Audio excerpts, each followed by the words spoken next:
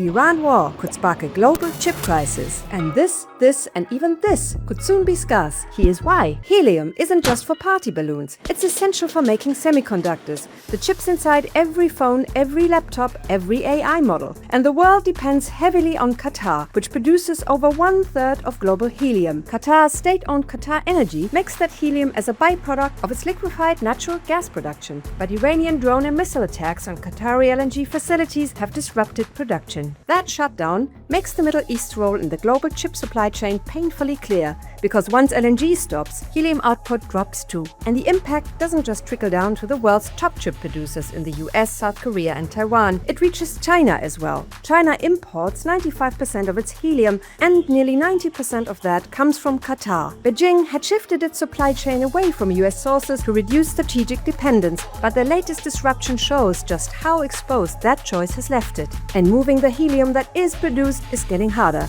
With the Strait of Hormuz effectively closing, exports are being squeezed. But the squeeze goes beyond helium. Rising energy prices are also hitting the semiconductor world. South Korea, which supplies around 2/3 of global memory chips, is particularly vulnerable. Its market suffered its worst drop since the 2008 financial crisis. Samsung and SK Hynix, nearly 40% of South Korea's market cap, each lost more than 20% over 2 days before stabilizing. Here's why. South Korea imports roughly 70% of its crude oil from the Middle East, and almost all of it passes through the Strait of Hormuz. Oil still makes up 37% of its primary energy mix, and advanced chip making depends on cheap, stable power. The chips powering AI, from NVIDIA GPUs to Samsung and SK Hynix memory, go straight into energy-hungry data centers. When electricity costs rise, those AI buildouts slow down too. Energy costs in South Korea already jumped over 60% between 2020 and 2024, pushing manufacturers abroad. Some chip giants are already adjusting. Taiwan, heavily dependent on imported energy, now has TSMC committing to run entirely on renewable electricity in the coming years, treating clean power as a strategic shield for its semiconductor dominance.